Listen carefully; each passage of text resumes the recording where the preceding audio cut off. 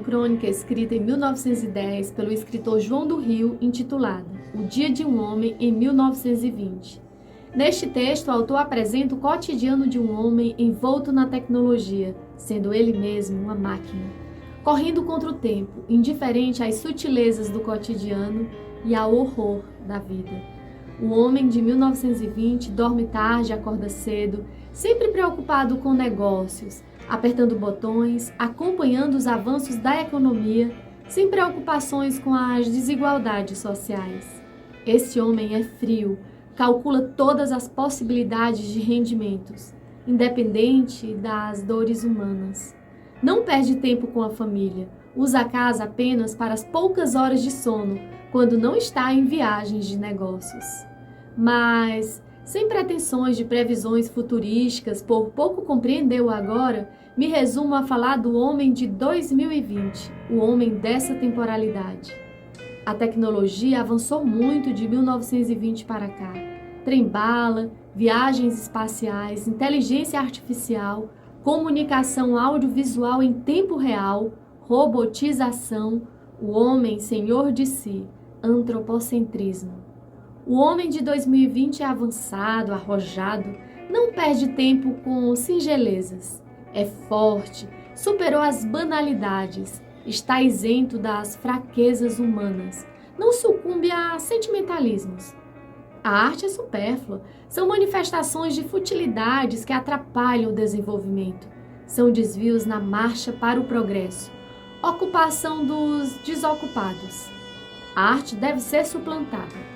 Não há tempo para inutilidades. Em nome do lucro, o homem de 2020 devora o seu semelhante e expõe sua carcaça nas praças das transações comerciais, vociferando os cadáveres em câmbios virtuais, em desespero por mais barganhas. Antropofágico. O homem de 2020 iniciou o ano cheio de sonhos, de projetos, de ambições. Acordou numa manhã de março, correu para o trabalho. No final do ano anterior, ouviu rumores de mortes na China, escassez de ar para respirar, país populoso e muito distante. Em fevereiro, acompanhou no noticiário mortes na Itália, tosse, coriza, febre, falta de ar. Nação com muitos idosos, se dizia. A vida seguia em sua correria, como se o amanhã fosse para sempre. Por tantas ocupações, não percebeu que a morte estava a caminho, a passos largos. Em março, o homem de 2020 estava no trabalho, fechando negócios, preparando croquis, terminando um projeto arquitetônico ou topográfico, elaborando ofícios, assinando portarias, dando ordens, projetando protótipos, transportando mercadorias. Estava em seu 10º cruzeiro, concluindo um pacote de viagens, espalhando convites de casamentos, fazendo show, ministrando a aula cotidiana, conduzindo reuniões, quando ouviu-se o anúncio. O inimigo chegou e vitimou centenas, levando dezenas a óbito. Corram para suas casas. O homem de 2020 não teve tempo de fechar o acordo, de concluir o projeto, finalizar o show, aprontar o material. Ficou com a fala a meio termo, abandonou o escritório, não deu tempo de se despedir de ninguém. Não levou os documentos. A caneta ficou destampada sobre a mesa. O homem de 2020 voltou para casa apressado e teve coragem de abraçar os filhos. Foi ao supermercado, mascarado, receioso, e comprou provimentos para o estômago, sem esquecer água sanitária e álcool em gel, que na semana seguinte custava quase metade do preço de uma cesta básica.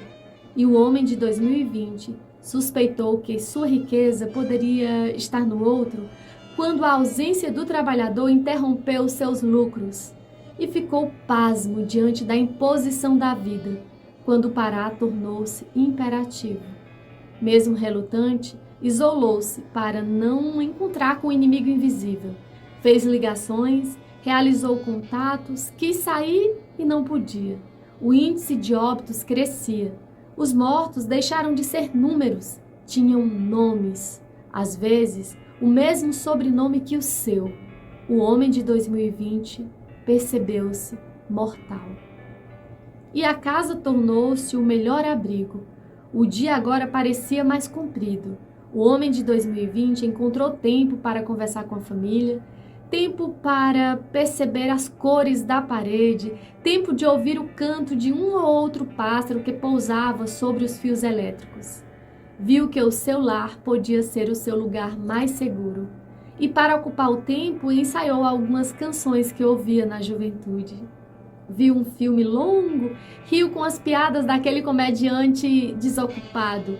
Assistiu pela tela grande da sala um regente maluco, em lugar solitário, regendo para outros músicos que não têm o que fazer e tocam para alentar a alma dos aflitos. Escutou uma pregação que falava sobre um reino eterno, onde não se aceita moeda, nem o dólar entra, governado por um rei amoroso e seu filho, um humilde príncipe que foi capaz de oferecer a vida pelos amigos. Ouviu com atenção um conto escrito pela filha que nunca quis nada na vida e vivia de ler e escrever bobagens. E o homem de 2020 chorou.